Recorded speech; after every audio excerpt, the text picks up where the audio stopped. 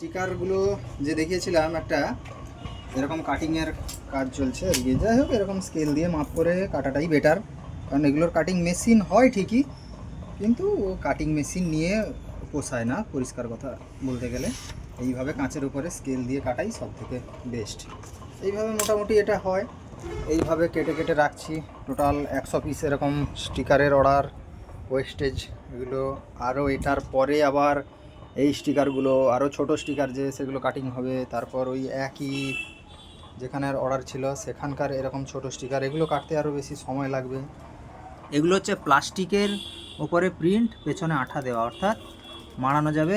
একেবারে দারুণ, যদি টেক্সচারটা দেখাই কাছ থেকে, ওয়াটারপ্রুফ হয়, একেবারে গ্লসি, দারুণ একেবারে, মানে নষ্ট হওয়ার কোনো ব্যাপার থাকে না। যাই হোক, এইভাবে যে স্টিকারগুলো মোটামুটি অর্ডার দেওয়া ছিল এইভাবে সেগুলো কাটছি, কেটে কেটে রেডি করছি। এরকম যদি স্টিকারও লেগে থাকে কারুর বাল্ক কোয়ান্টিটিতে জানাতে পারো, অসুবিধা নেই। কম হলেও করে দেওয়া যায়, কম হলে কস্টিং বেশি পড়ে, আর বেশি হলে তবে খরচ কমের মধ্যে হয়ে যায়। ঠিক আছে, ভিডিওটি দেখার জন্য তাহলে ধন্যবাদ সবাইকে।